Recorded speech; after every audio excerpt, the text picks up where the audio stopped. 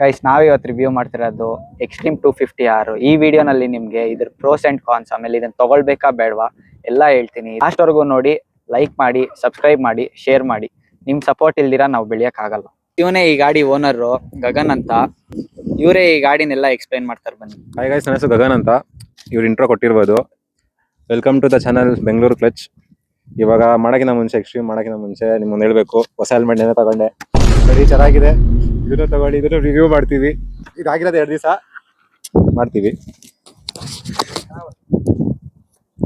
Major ನೀವು ಗಾಡಿ ತಗೊಳಕ್ ಫಸ್ಟ್ ದಿನ ತಗೊಳ್ಳೋದ ಸೌಂಡ್ ಬರೋದಂದ್ರೆ ಇಲ್ಲೇ ಬನ್ನಿ. ಇಲ್ಲಿ ಇದು ಕಂಪ್ನಿ ಫಿಟೆಡ್ ಏನಂತ ಗೊತ್ತಿಲ್ಲ, ಆದ್ರೆ ಈ ಸೌಂಡ್ ಬರುತ್ತೆ ಯಾವಾಗ, ಎವ್ರಿ ಟೈಮ್ ಈ ತರ ಪ್ರೆಸ್ ಆದಾಗ ಸೌಂಡ್ ಬರುತ್ತೆ. ಇದೊಂದು ನನ್ನ ಫ್ರೆಂಡ್ ಗಾಡಿ ಕೊಟ್ಟಿದೆ, ಇದು ಸ್ವಲ್ಪ ಕ್ರ್ಯಾಕ್ ಆಗ್ಬಿಟ್ಟಿದೆ, ರಿಪ್ಲೇಸ್ಮೆಂಟ್ ಮಾಡಿಸ್ತೀನಿ. ಶೋರೂಮ್ ಸ್ವಲ್ಪ ಸ್ಪಾನ್ಸರ್ ಮಾಡಿ ಗೈಸ್. ಶೋರೂಮ್ ಅಲ್ಲೇ ನೋಡ್ತೀರಾ, ತಗೋಣ. ಇದೊಂದು 6 months ಆಗಿದೆ. 3 ಕಾನ್ಸ್ ಅಂದ್ರೆ ಒಂದು ಟ್ಯಾಪೆಡ್ ಸೌಂಡ್, ಮತ್ತೆ ಇದೊಂದು ಸ್ಕ್ರೂ ತುಂಬಾ ಲೂಸ್ ಆಗಿ ಹಾಕೊಡ್ತಾರೆ. ಇದು 2ನೇ ಸತಿ ರಿಪ್ಲೇಸ್ಮೆಂಟ್ ಮಾಡ್ತಿರೋದು ಎಕ್ಸಾಸ್ಟ್ ಸ್ಕ್ರೂ. ಇದರಲ್ಲಿ TFT ಬರಲ್ಲ ಗೈಸ್, ಅದೊಂದು ಪಕ್ಕ ಆಗಿದೆ ಗೈಸ್. ಸಸ್ಪೆನ್ಷನ್ ಗೈಸ್, ಇದರಲ್ಲಿ ತುಂಬಾ ಸ್ಟೀವ್ ಸಸ್ಪೆನ್ಷನ್. ಟಾಪ್ ಸ್ಪೀಡ್ ಚೆನ್ನಾಗೈತೆ, ರೇಸ್ ಆಡ್ಬೇಕಾದ್ರೆ ಚೆನ್ನಾಗೈತೆ, ಡ್ರ್ಯಾಗಲ್ ಚೆನ್ನಾಗೈತೆ, ಕಾರ್ನರಿಂಗ್ ಮಾಡೋಕೆ ಚೆನ್ನಾಗೈತೆ. ಸಿಟಿದಲ್ಲಿ ಹೆವಿ ಬೆನ್ನೋ ಬರುತ್ತೆ ಗೈಸ್. ನಿಮ್ ಸಿರಿಂಗ್ ಬಸ್ ಸಾಕಾಗೈತಾರೆ, ಹೆವಿ ಬೆನ್ನೋ ಬರುತ್ತೆ. ಇನ್ನೊಂದು ಸರ್ವಿಸ್ ತುಂಬಾ ಪ್ರಾಬ್ಲಮ್ ಕೊಟ್ಟಿದ್ದಾರೆ ಗೈಸ್. 1 ತಿಂಗಳು ಯಾರ ಗಾಡಿ 1 ತಿಂಗಳು ತಗೋತಾರೆ ಗೈಸ್, ಟ್ಯಾಪೆಡ್ ಸರಿ ಮಾಡಿಸ್ಕೊಡಕ್ಕೆ. 1 ತಿಂಗಳು ಆಟ ಆಡಿಸಿದ್ರು, ನಾಳೆ ಕೊಡ್ತೀನಿ ಅಂತ. ಫೈನಲಿ ಕೊಟ್ಟಾದ್ಮೇಲೆ ಏನೂ ಪ್ರಾಬ್ಲಮ್ ಇಲ್ಲ.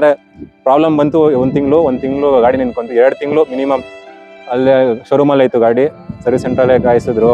ಸರ್ವಿಸು ಬೇರೆ ಕಡೆ ಹೆಂಗಿದೆ ಗೊತ್ತಿಲ್ಲ, ನಾಗರವಾಗಿ ಸ್ವಲ್ಪ ಡಿಲೇ ಆಯ್ತು, ಆದರೆ ಲಾಸ್ಟ್ ಚೆನ್ನಾಗಿ ಮಾಡ್ಕೊಟ್ಟಿದ್ದಾರೆ, ಅದಂತೂ ಓಕೆ ಹೇಳ್ತೀನಿ. 25 to 30 ಮೈಲೇಜ್ ಕೊಡ್ತಿದೆ, ಅದು ಸಿಟಿಲಿ ಓಡಿಸ್ಬೇಕಾರೆ. ಇನ್ನು ಲಾಂಗ್ ಹೋಗ್ಬೇಕಾದ್ರೆ 27 ಆ ಥರ ಎಲ್ಲ ಕೊಡ್ತಿದೆ ಮೈಲೇಜು. DRLs ಬರುತ್ತೆ. ಇದು ಆಟೋ, ಎಷ್ಟೊಂದು ಗಾಡಿ ಗೊತ್ತಿರಲ್ಲ, ಇದು ಆಟೋಮೆಟಿಕ್ DRLs. ರಾತ್ರಿ ಆಗ್ಬೇಕಾದ್ರೆ ಆಟೋಮೆಟಿಕ್ ಲೈಟ್ ಬರುತ್ತೆ. ಬೆಳಿಗ್ಗೆ ನೋಡಿ ಮಾತ್ರ ಬರೋದು, ಇವೆರಡು ಮಾತ್ರ DRLs ಬರೋದು. ರಾತ್ರಿ ಆಗ್ತಾನೆ ಆಟೋಮೆಟಿಕ್ ಬರುತ್ತೆ. ಮತ್ತು ಇನ್ನೊಂದು 2 ABS ಮಾಡಿದೆ, ರೋಡು ಮತ್ತೆ ಟ್ರ್ಯಾಕು. ನೀವು ಟ್ರ್ಯಾಕ್ ಯೂಸ್ ಮಾಡೋದು, ಟ್ರ್ಯಾಕ್ ಬೈಕು ಆಗುತ್ತೆ, ರೋಡ್ ಯೂಸ್ ಮಾಡೋಕ್ಕಾಗುತ್ತೆ. ಪವರಲ್ಲಿ ಡಿಫ್ರೆನ್ಸ್ ಏನಾಗಲ್ಲ. ABS ಮಾಡೋದ್ರೆ ಬ್ರೇಕಿಂಗ್ ಅಲ್ಲಿ ಸ್ವಲ್ಪ ಡಿಫ್ರೆನ್ಸ್ ಆಗುತ್ತೆ ಅಷ್ಟೇ. ಇಲ್ಲಿ ಲೈಟು ಮತ್ತೆ ಡಾರ್ಕ್ ಥೀಮ್ ಆಗುತ್ತೆ. ನೈಟ್ ಆಗಿದ್ದ ಆಟೋಮೆಟಿಕ್ ಡಿಮ್ ಆಗುತ್ತೆ ಲೈಟ್. ಇದು ಸೇಮ್ ಏನೂ ಚೇಂಜಸ್ ಆಗಲ್ಲ. ಇದೊಂದು ಲೈಟ್ ಇರೋದು, ವೈಟ್ ಇರೋದು ಸ್ವಲ್ಪ ಲೈಟಾಗಿ ಡಿಮ್ ಆಗುತ್ತೆ ಅಷ್ಟೇ. ಇನ್ನೊಂದು ನ್ಯಾವಿಗೇಷನ್ ಇದೆ. ಇಲ್ಲಿ ನ್ಯಾವಿಗೇಷನ್ ಮ್ಯಾಪ್ಸ್ ನೀವು ಕನೆಕ್ಟ್ ಮಾಡ್ಕೊಂಡ್ರೆ ಮ್ಯಾಪ್ ಡೈರೆಕ್ಷನ್ ತೋರಿಸುತ್ತೆ. ಮತ್ತೆ ಮ್ಯೂಸಿಕ್ ಕಂಟ್ರೋಲಿಂಗ್ ಇದೆ.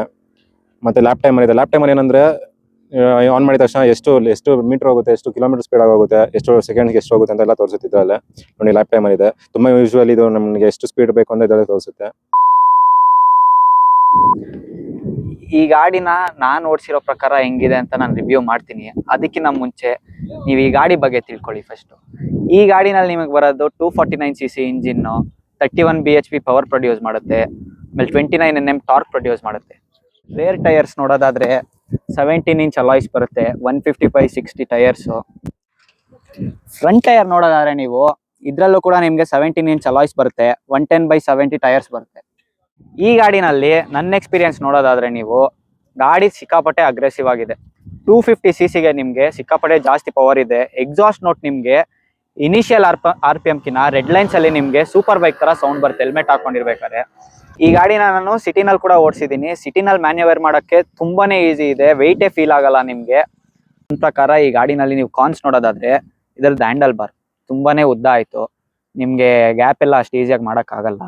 ಜೊತೆಗೆ ಇದ್ರ ಡಿಸೈನ್ ನಿಮಗೆ ಬಲ್ಕ್ ಆಗಿದೆ, ಡ್ಯೂಕಿನ ಬಲ್ಕ್ ಆಗಿದೆ, ಆದರೆ ನಿಮಗೆ ಸ್ವಲ್ಪ ಜಾಸ್ತಿನೇ ಡಿಸೈನ್ ಮಾಡಿಬಿಟ್ಟಿದ್ದಾರೆ. ವೆಯ್ಟ್ ಎಲ್ಲ ನಿಮ್ಗೆ ಮುಂದೆನೇ ಫೀಲ್ ಆಗುತ್ತೆ. ನೀವು ನಿಂತಿರೋ ಕಡೆಯಿಂದ ಎಳಿಬೇಕಂದ್ರೆ ಕಷ್ಟ ಆಗುತ್ತೆ. ಈ ಗಾಡಿದು ಹೈಟು ನೀವೇನಾದ್ರೂ 6 feet ಆದರೆ ನಿಮ್ಗೆ ಚಿಕ್ಕದೇನೆ ಗಾಡಿ. ನಾನು 5'7" ಇದ್ದೀನಿ. ನನ್ನ ಕಾಲು ನೋಡ್ಬೋದು ನೀವು, ಸ್ವಲ್ಪ ಮೇಲ್ಗಡೆ ಇದೆ, ಆದರೆ ಆರಾಮಾಗಿ ಹ್ಯಾಂಡಲ್ ಮಾಡ್ಬೋದು, ಏನಾಗಲ್ಲ. ನಿಮಗೆ ಗೇರ್ ಶಿಫ್ಟಿಂಗ್ ತುಂಬಾನೇ ರಫ್ ಆಗಿದೆ, ಅಷ್ಟೊಂದು ಸ್ಮೂತ್ ಇಲ್ಲ ನಿಮಗೆ. ನೀವು ಗೇರ್ನ ಎಂಡ್ ಟು ಎಂಡ್ ಹೊಡಿತೀನಿ ಅಂತಂದ್ರೆ ನಿಮಗೆ ಎಲ್ಲಾ ಗೇರ್ಗು ಗಾಡಿ ಸ್ವಲ್ಪ ಡ್ರಾಪ್ ಆಗಿ ಪಟ್ಟಂತ ಇದೊಳುತ್ತೆ. ತುಂಬಾ ದೊಡ್ಡ ಎಲ್ಲ ಮನ್ಸು.